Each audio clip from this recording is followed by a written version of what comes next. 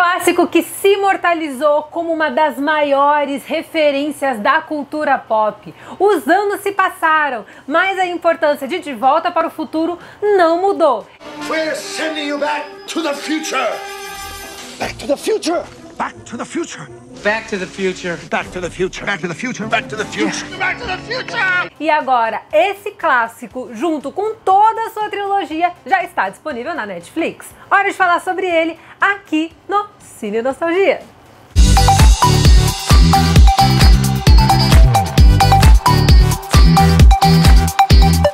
E aí pessoal, aqui é a Rafa Gomes do Flick Geek. De Volta para o Futuro voltou para a plataforma de streaming da Netflix. Thank you, Jesus.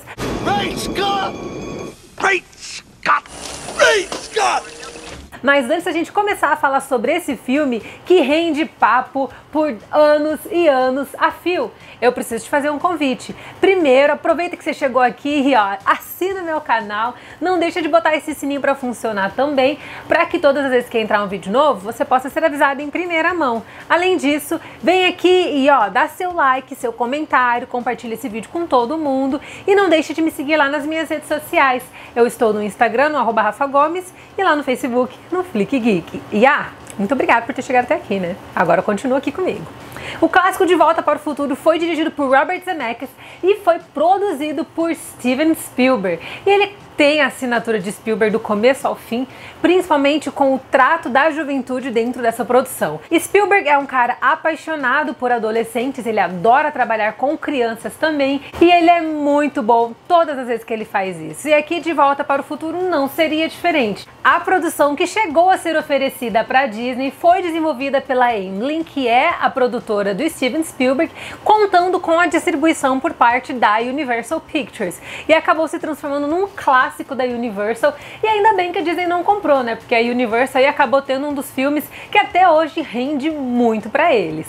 E se você não sabia, a Disney rejeitou o projeto porque eles acharam que a abordagem do roteiro era de caráter duvidoso para ser tratado com o público infantil. Até porque aqui na produção, Marty McFly, que foi vivido por Michael J. Fox, acaba caindo nos encantos da sua mãe. Quando ele faz uma viagem lá no passado, na juventude dos seus pais, ela acaba se apaixonando por ele de maneira inesperada, sem saber que de fato ele era o seu filho.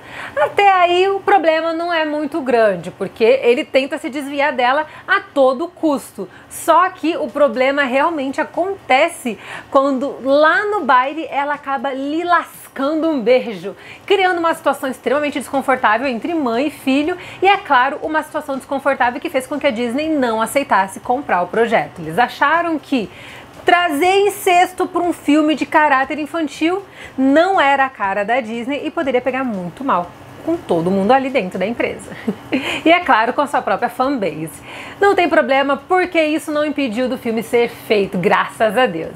E aqui na produção nós temos a história de McFly, que, como eu contei para vocês, acaba fazendo uma viagem no tempo de maneira acidental, após ver o seu mentor e melhor amigo, Doc, vivido por Christopher Lloyd, ser baleado no meio de um estacionamento de um centro de compras. Apavorado com tudo aquilo que acontece, ele decide fugir dentro do DeLorean, que é a máquina do tempo desenvolvida por Doc e que contava com energia que havia sido roubada de um grupo de pessoas bem escusas e de caráter duvidoso. Dentro daquele carro ele decide sair em escapada, só que ele não percebe que a velocidade que ele atinge acaba fazendo com que ele faça uma viagem no tempo, caindo exatamente no ano em que os seus pais estavam na escola, em 1955. Ao chegar em 1955, ele vai tentar encontrar o Doc e dar um jeito de poder voltar para o ano de 1985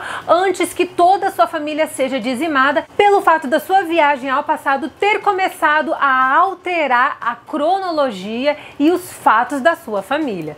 Para tentar evitar que isso aconteça, ele vai tentar também fazer com que o seu pai e a sua mãe genuinamente se conectem, para que então eles possam se apaixonar, casar e ter os seus 3 filhos. Só que no meio do caminho ele não esperava que a sua mãe fosse se apaixonar por ele, e é aí que a confusão está armada, porque além de desviar da sua mãe, ele vai ter que dar um jeito de fazer com que o seu pai, que era um moleque bem introvertido e muito inseguro, tomar uma postura e conquistar o coração da sua mãe, que é uma menina que é bem independente, tem a sua própria maneira de viver e não está muito preocupada em seguir os padrões sociais da década de 50.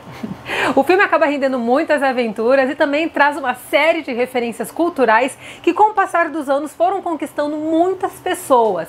É claro que as principais referências que foram a coqueluche do ano de 2015, que era o ano em que ele viajava para o futuro no segundo filme, todas essas referências estão na sequência, que é De Volta para o Futuro 2, e é claro que tudo que a gente vê naquele segundo filme acabou se transformando em uma espécie de mecanismo de estudo social e cultural, também contemporâneo, porque muita gente começou a analisar até que ponto De Volta para o Futuro 2 era preciso em se tratando de transformações sociais, culturais e tecnológicas. O filme acerta em muitas coisas, em outras coisas ele não acerta tão bem assim, mas continua no imaginário do público infantil da época, como também das novas gerações que, com o passar dos anos, começaram a ser introduzidas a esse clássico.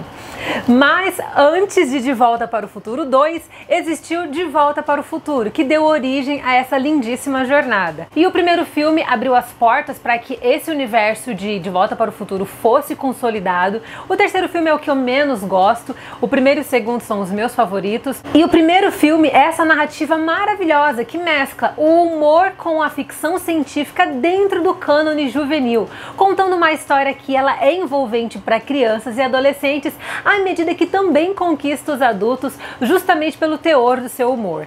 É um humor que ele é PG-13, é um humor de censura livre e é um humor que realmente funciona. A produção não precisou usar de artifícios de linguagens mais pesadas e aspectos mais sugestivos para construir a comédia do filme, e é muito bom porque todas as vezes que a gente assiste De Volta para o Futuro, a gente tem uma experiência que ela é genuinamente rica e, além disso, é uma experiência que é muito pura em se tratando de comédia.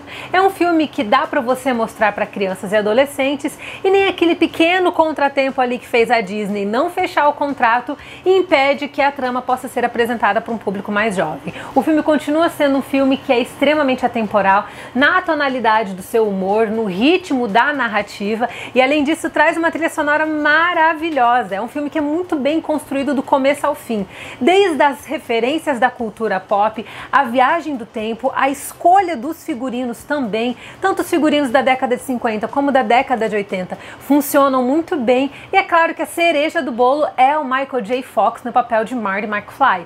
Michael J. Fox já estava no auge da sua carreira, ele é um dos atores que faz parte também do grupo de atores que estrelou várias produções oitentistas, e ele também era figurinha carimbada na sitcom familiar Family Ties. Ele tinha uma agenda muito tumultuada entre cinema e TV, e ele sempre foi um ator extremamente carismático. Só que antes dele ter sido escolhido para viver o personagem, Eric Stoltz havia sido contratado para viver o Marty McFly, e até algumas cenas da produção foram gravadas com ele.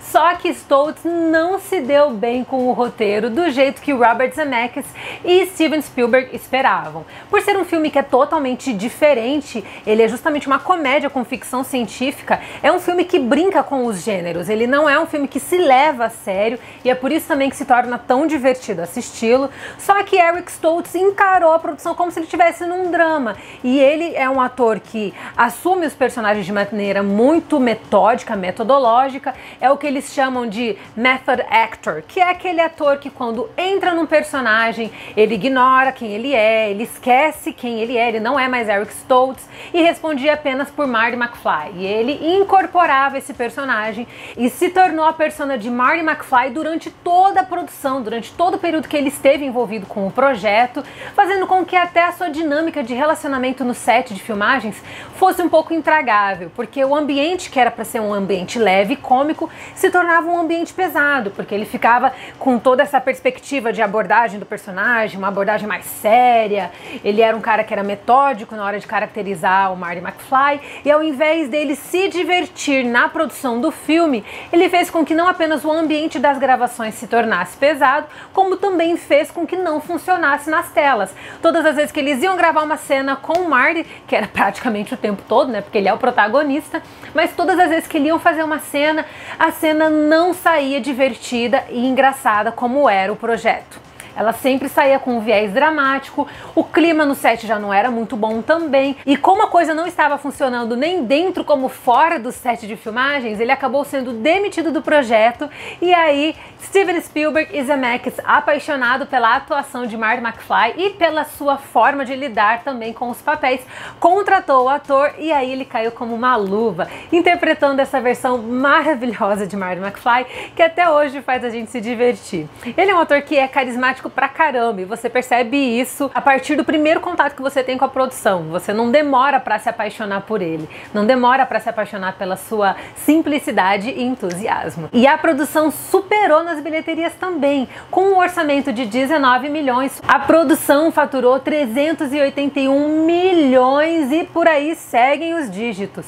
Teve uma bilheteria bem encorpada e até hoje o filme continua faturando muito, não apenas com produtos licenciados, mas também com tantas outras coisas ali. Dentro do parque da Universal você consegue encontrar também o DeLorean, que foi usado no filme. Eu tenho até uma fotinha com esse DeLorean, vou colocar aí pra você ver. Eu toda charmosinha aí ao lado do DeLorean. Eles colocaram o DeLorean lá em exibição, é lindíssimo você ver o DeLorean ali. Além disso, tem também o trem que aparece no terceiro filme, no De Volta para o Futuro 3, e todas essas coisas que envolvem o universo de Volta para o Futuro continuam rendendo. O famoso tênis da Nike que aparece no segundo filme, que é o sonho de todo fanático da franquia. Esse tênis, que é o tênis que amarra sozinho, a Nike fez todo um auê para produzir esse tênis para ser lançado em 2015, na data de aniversário do filme, que era quando, dentro da trama do segundo filme, o Marty McFly viajava para o futuro. Mas De Volta para o Futuro é um filme que venceu o teste do tempo de diversas formas, é uma produção que desde o seu humor, a caracterização final funciona muito bem, e como eu já disse, é um filme que encanta várias gerações e que tem conquistado muita gente ao longo dos anos. O seu valor é inerente e eu tenho certeza que, se desde 1985 nós ainda estamos falando de Volta para o Futuro, não vai ser agora que nós vamos parar.